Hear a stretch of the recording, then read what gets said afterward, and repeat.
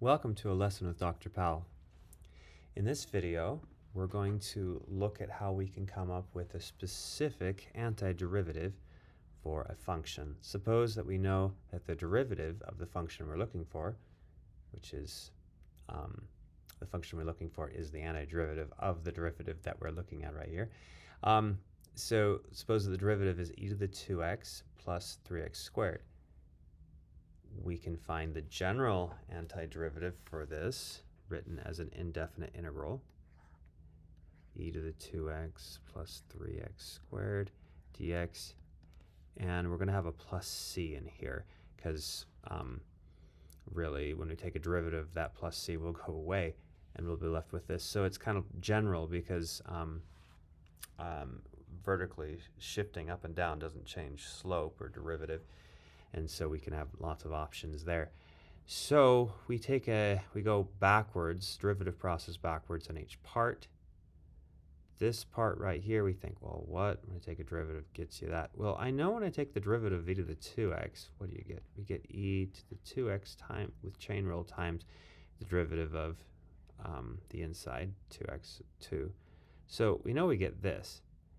Now, what if so multiplying by a constant kind of passes through everything. Won't that work? The derivative of 1/2 e to the 2x, let's see. Take the 1/2 stays out there, and derivative of e to the something is e to the something times the derivative of the inside 2. Oh, look, yeah, you do get e to the 2x. Great.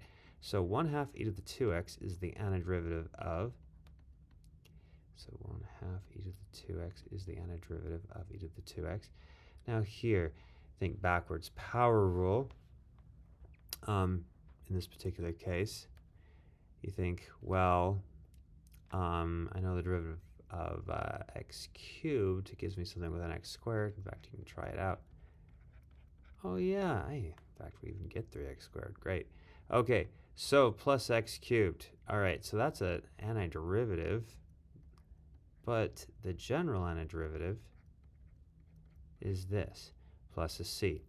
Now, if we want to find a specific function f where this holds, this condition, this is called an initial value condition, then simply we can solve for c by plugging in 1 for x.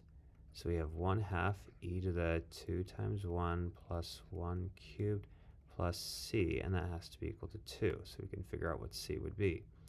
So this gives me 1/2 of e squared plus 1 plus c is equal to 2. Subtract 1 from both sides, I get a 1 over here, but then I subtract that off, so minus 1/2 e squared, that's going to be equal to c. So it looks like that value of c, f of x, will be equal to 1/2 e to the 2x plus x cubed plus 1 minus 1/2 e squared. We just found a specific antiderivative with this particular initial value condition. Thanks for watching.